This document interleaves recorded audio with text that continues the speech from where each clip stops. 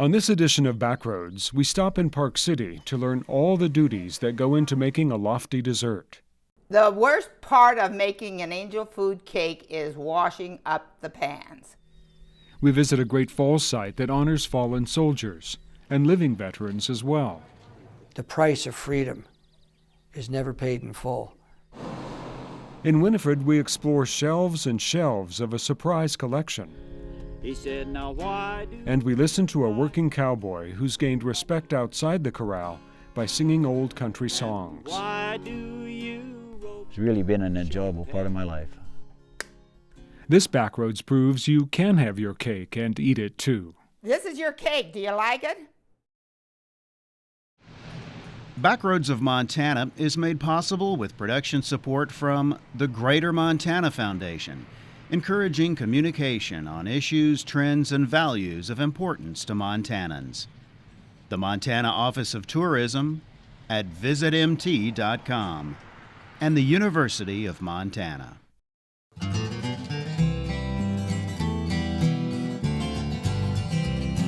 Well, it's beautiful with spacious skies, has amber waves of green, and has purple mountains majestic that rise up out of the plains. And all across America, from sea to shining sea, where the mountains and the prairies meet, is a place I need to be. Home is where Montana is my home.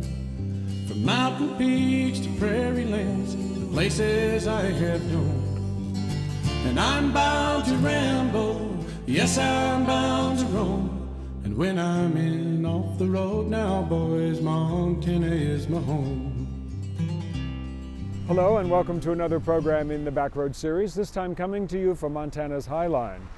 Today's show will include stops at some of Malta's best-known attractions, including the Bowdoin National Wildlife Refuge and the Dinosaur Museum.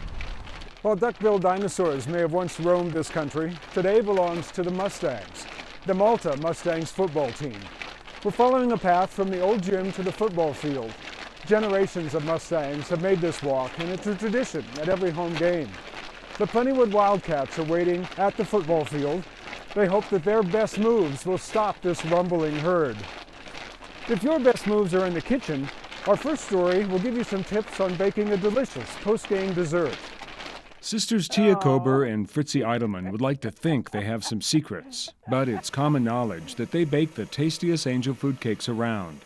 Folks even call them the Cake Ladies. We get mail saying Cake Ladies. And most people already know that to use the freshest eggs possible, the Cake Ladies raise their own chickens. We're going to go get the eggs now.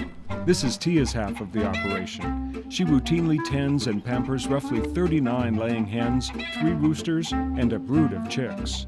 The secret to a happy chicken is to see me enter the chicken coop with water and then giving them feed. Every afternoon, Tia coaxes 2 dozen eggs from her hens, just enough for 2 angel food cakes a day. Fritzie, we got the eggs. The kitchen is Fritzie's half of the operation, although she lets Tia separate the egg whites carefully back and forth in the shell. Whites go into angel food, yolks into noodles, jelly rolls, and an army of wary farm cats. And it's here, in this warm, aromatic kitchen, that the Cake Ladies add something special to the mix. I think a lot of love goes into it, and the cakes are named right because I think they're made by angels. These angels make cakes to celebrate a graduation, to honor a retirement, to comfort the sick, with another for the attending doctor. The secret to blending is sifting. The more you sift, the better it becomes. They make cakes for their pastor, the mailman, and paperboy, and of course for Bob, their mechanic. The secret to a light and fluffy cake is to put the beaters up and down very often. When Tia thought the high school wrestling team wasn't getting enough recognition, every boy on the squad got a cake. They bake and give away as many as 40 angel food cakes a week. Now you twirl the batter around, takes out the bubbles. First, you do try to get the bubbles in, then you try to keep the having too many bubbles and having big holes. Sometimes they give cakes away for no reason at all. I tap it 2 times and then stick it in the oven. But the cake going into the oven this morning has a very special purpose. Tia and Fritzy's generosity began a generation earlier when their German-Russian parents arrived in America.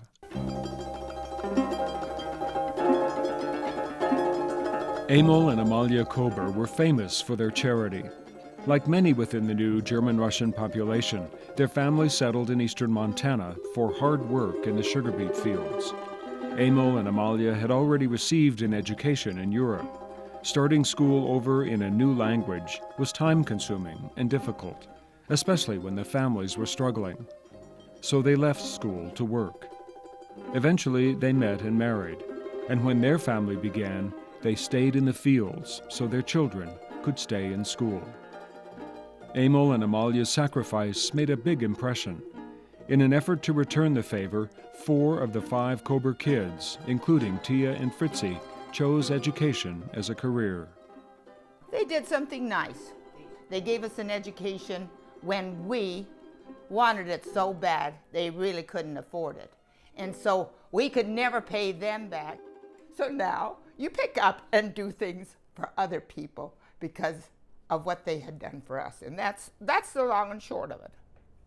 Fritzy studied at Montana State College, now MSU, then spent 30 years teaching in Rosebud, Belgrade, Belfry, and at Billings Senior. I was a wrangler, a panther, a bat, and a bronc. Tia received her degree from the Eastern Montana Normal School in Billings. After 2 years in Savage, she spent 38 years in Whitehall. So respected, they named the elementary school in her honor. Fritzy baked a cake in the shape of the school and gymnasium to mark the occasion. Even now, Tia still credits her mother and father. I don't think it should be my name. It should be the Kober Elementary. That would honor my parents, and my brothers, and my sister that are all teachers also. Ta-da! And that special cake the ladies were baking? It's for Tia's 80th birthday. Since she helped bake it, the party may not be a secret. But just like Fritzy's 80th a year earlier, hundreds of friends, relatives, and former students will make it a surprise. Hi, Gary. Nice to see you. I'm so happy. I don't feel like I do deserve any of this, but I'm sure grateful for all the people that have come and are going to make it a wonderful day for me. These cake ladies deserve nothing less. Their secret ingredient isn't just the fresh eggs, but the generous spirit they add to everything, from their careers through their retirement. It's a quality that honors their parents' memory and makes their pastor proud every time a cake comes out of the oven.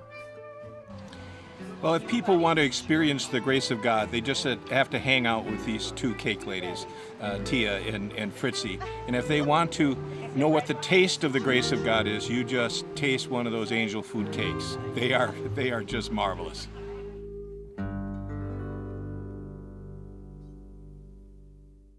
If you're wondering whether we had a bite, the answer is yes. Tia and Fritzy made our Backroads crew 2 cakes, and they were delicious. A cake would be a fitting reward for the winners of tonight's game between Malta and Plentywood, and as Fritzy said, she spent 30 years teaching Montana youngsters, so I'm sure she'd be happy to help out. The people in Malta are big supporters of their team and proud of their high school. This impressive structure replaced the old Malta High School that burned to the ground on Christmas Eve, 1995. It was a calamity that had a positive outcome. The townsfolk of this isolated highline community rallied together, put in many volunteer hours, and 776 days later opened one of the nicest high schools in Montana. This sign is all that remains of the old building. The old sports trophies and their history were all lost in the fire. The Mustang and Emmett teams have worked hard to fill this trophy case with new hardware. Talented student athletes have gone on to noted college careers as Lady Grizz or Bobcats. But then small-town Montana is often more than you expect. We recently came upon a surprise collection in the central Montana town of Winifred. See they're all really cool. See? These ones are kind of my favorite, and these ones over here, and these ones, and these ones. And you know what one I really like? These ones. They're really cool.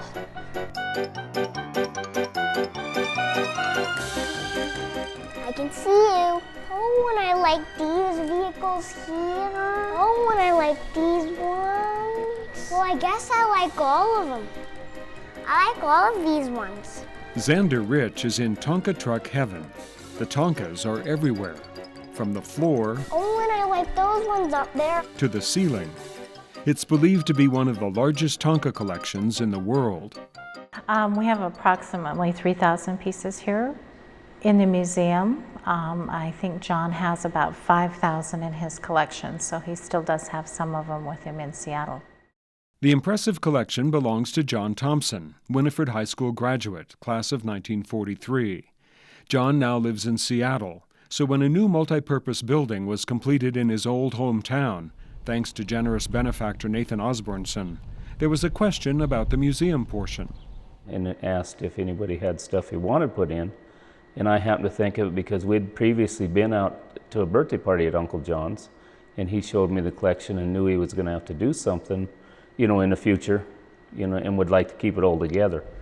John loved the idea of giving back to his hometown, and by 2005, the collection was in place for everyone to enjoy. A variety of museum displays show Tonka's versatility. They help get farm work done. They delivered freight. Everyone wanted their product hauled by Tonka. They provided fun by the water. And they were there in case of an emergency. They carried cars, military personnel, even Barbie and her friends couldn't resist the Tonka name. The collection ranges from early vintage trucks, to the iconic yellow dump truck, to the less traditional clothes, containers, and lunchboxes. It's a collection that's decades in the making, and while John Thompson refurbished some pieces, he was always looking for a potential purchase. He was trying to buy toys from me when I was probably, I'm going to say 8 years old. He was trying to buy trucks that I see he does have here now. And I never did part with mine, but he was trying to buy them. The oldest piece in the collection is this 1947 crane, a 150 clam. And the most valuable is this unopened three-piece set with an estimated worth of nearly $4,000. Every shelf presents the ultimate dilemma for any child visiting. Wouldn't it be fun to look at those and have them at your house so you can play with them? That might have been fun to have them to play with. The kids are, oh, can we play with them? That's usually the first thing they want to know, is if they can play with them. That's what Tonka toys are for, I guess. We can do this. Luckily, the Thompson family supplied some duplicate toys so young visitors can play after looking. But don't think this is just a place for kids.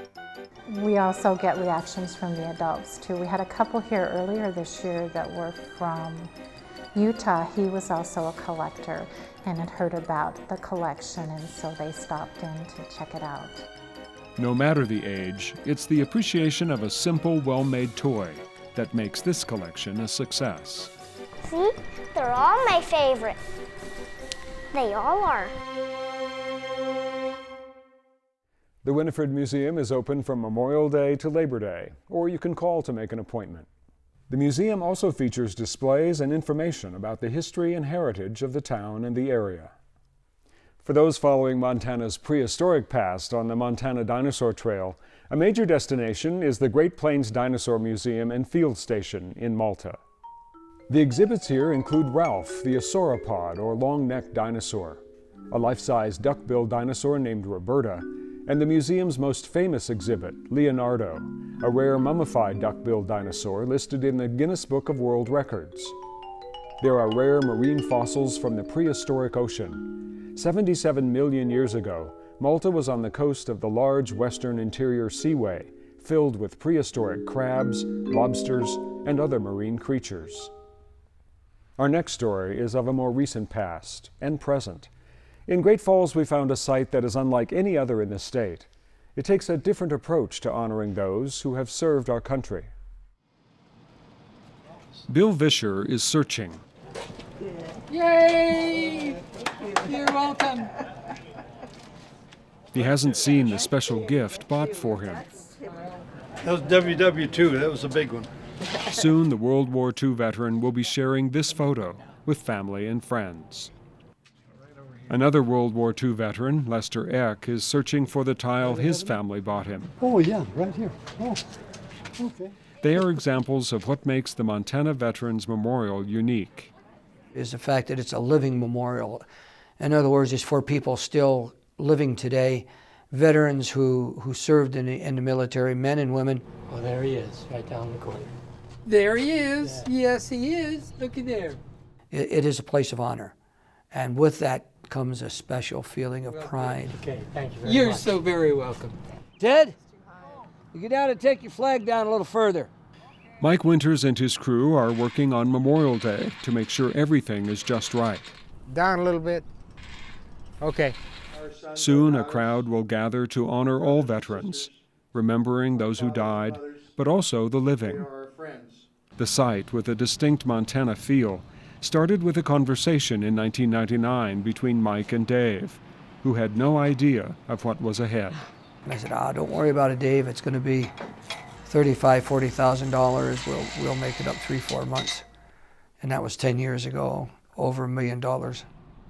The original group of veterans and wives each pitched in $100 to get the project started. They raised the rest strictly through private money, no government funds, and they might have been the only ones who believed they could do it. You know, you guys ain't gonna make it. That thing's gonna fail. Forget about it. We've already tried it. You aren't going to get it done. There's no such thing as the word fail on this. This is a go. It ain't gonna fail. I don't care how many people said fail. There was no word. How do you spell that? Not in this club. The man who embodied that attitude was Harry Keith, who said failure was not an option. A 35-year military man, Harry and his wife Fran, pushed through the tough times. The site selection, the fundraising, the construction, each brought a challenge. But the group persevered. In fact, there was only one goal they couldn't meet. It was near and dear to his heart. When he got working on it, he would do anything. And that was one of the things he wanted to see before he died. But it didn't happen. Harry passed away the year before the dedication, but his spirit, along with the other veterans, is present at the site. The design centered around a bronze sculpture of an angel, created by Vietnam veteran Marvin Brewster. In one hand, the angel holds dog tags, representing missing soldiers. In his other hand, he releases 5 doves, representing the different military branches. Surrounding the centerpiece are tiles. Each represents men and women who served in any military branch.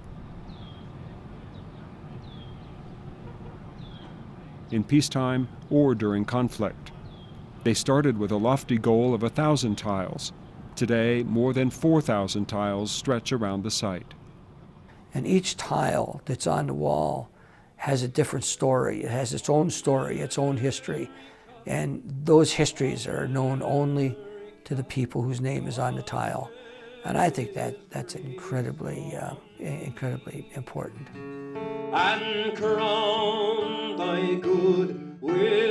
After the Memorial Day ceremony, where songs were sung, a list of fallen soldiers read, Marine Lance Corporal Nicholas Bloom from Belgrade. And the crowd paid respects, the Montana Veterans Memorial grew quiet. Its purpose became clear.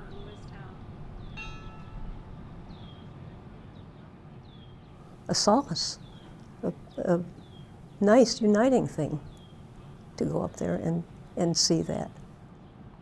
I don't know, I find it comforting to go up there. When you go there, there's a peaceful quiet that falls upon your cheeks, that you know that you're standing in a place of honor. You can hear and listen, and you can hear these people talking to you. And they're saying, thank you for giving me the opportunity for this place of honor.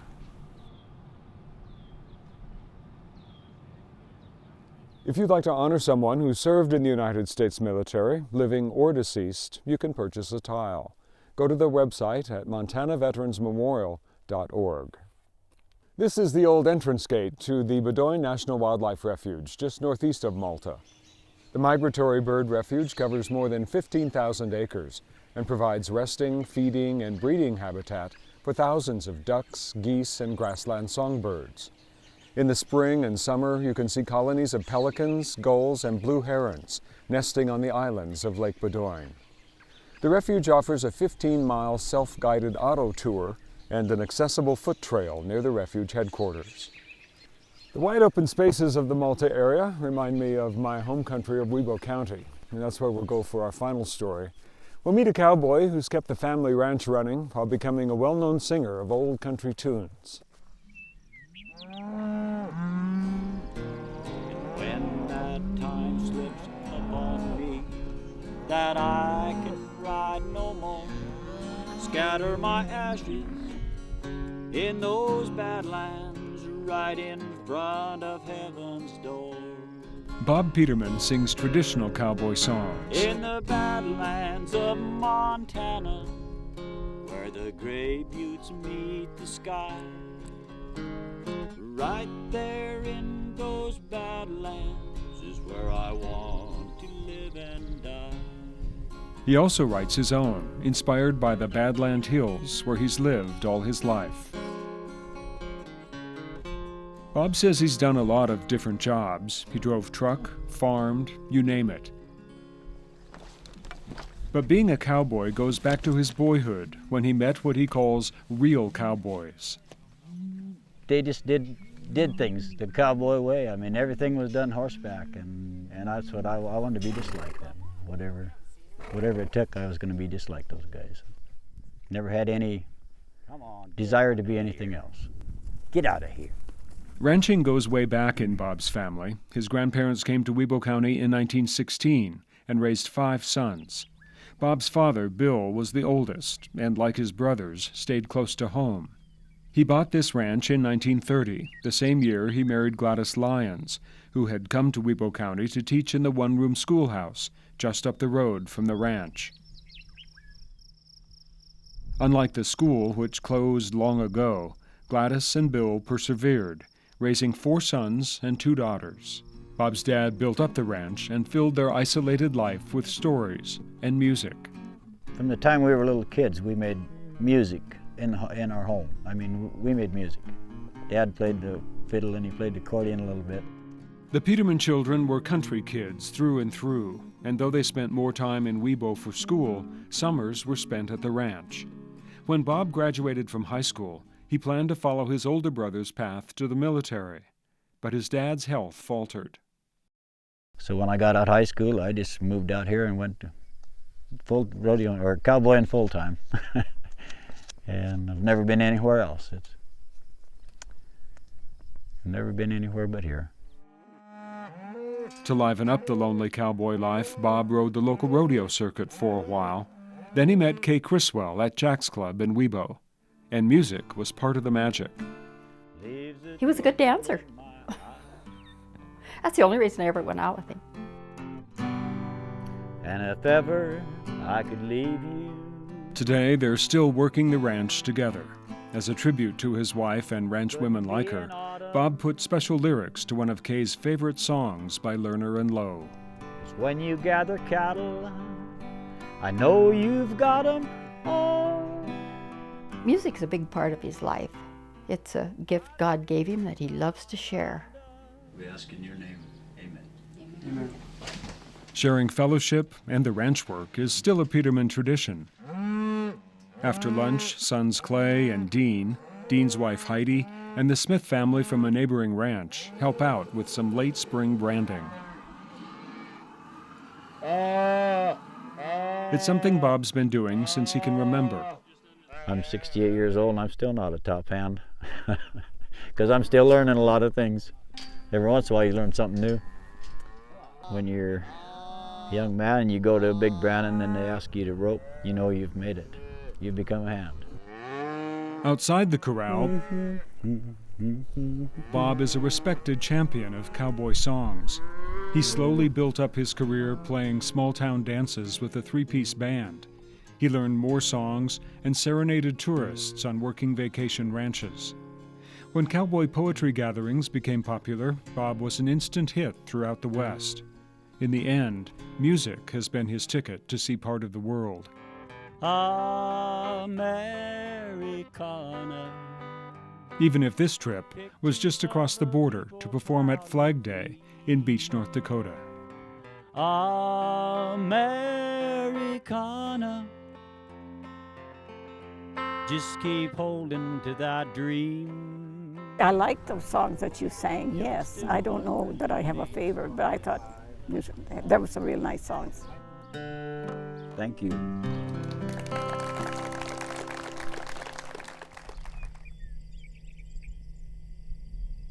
Bob Peterman likes that people are drawn to the old country songs. For him, the message in the songs is simple, but important. And drift like a cloud out over the Badlands. We're just trying to preserve that feeling and that way of life that's someday may be gone. And the wind in the sagebrush sounds like heaven calling a song. As long as there's a cow and a horse to ride, there's going to be cowboys.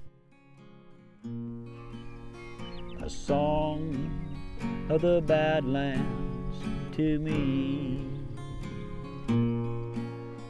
A song of Montana to me.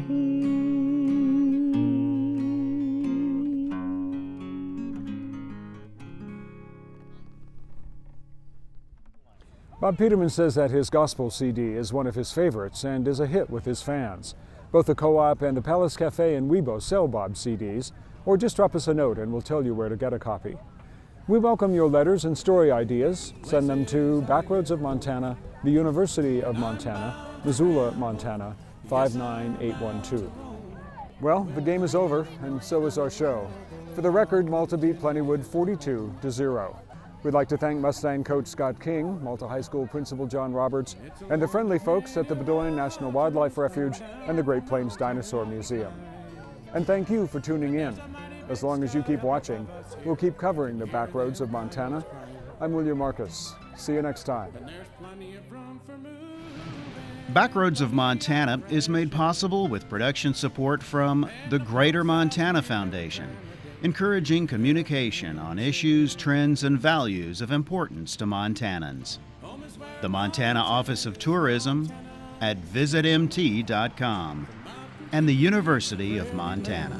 The places I have known, and I'm bound to ramble, yes, I'm bound to roam. And when I'm in off the road now, boys, Montana is my home. Coming in off the road now, boys, you know I'm heading